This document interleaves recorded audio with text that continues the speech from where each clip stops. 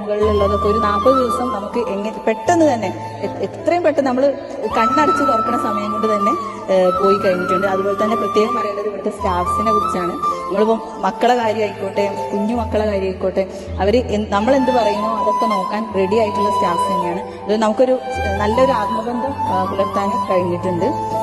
ഇപ്പോൾ കുറഞ്ഞ ദിവസങ്ങളായി പോയി എന്നൊക്കെ തോന്നിയിട്ടുണ്ട് 40 ദിവസം. കാരണം മനസ്സിനൊരു സന്തോഷമാണല്ലോ നമുക്ക് എപ്പോഴും വേണ്ടത്.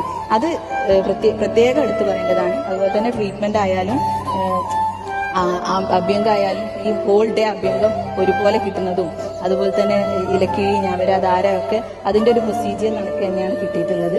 ഇത്ര തന്നെയുള്ളൂ. ഇനി ഇൻഷാ അല്ലാ ആയുർവേദിലേക്ക് എല്ലാം ട്രീറ്റ്മെന്റ്, ബാക്കിയുള്ള ട്രീറ്റ്മെന്റിനുമൊക്കെ സമീപിക്കുന്നുള്ള കാര്യത്തിൽ ഉറപ്പ് തരാൻ പറ്റും.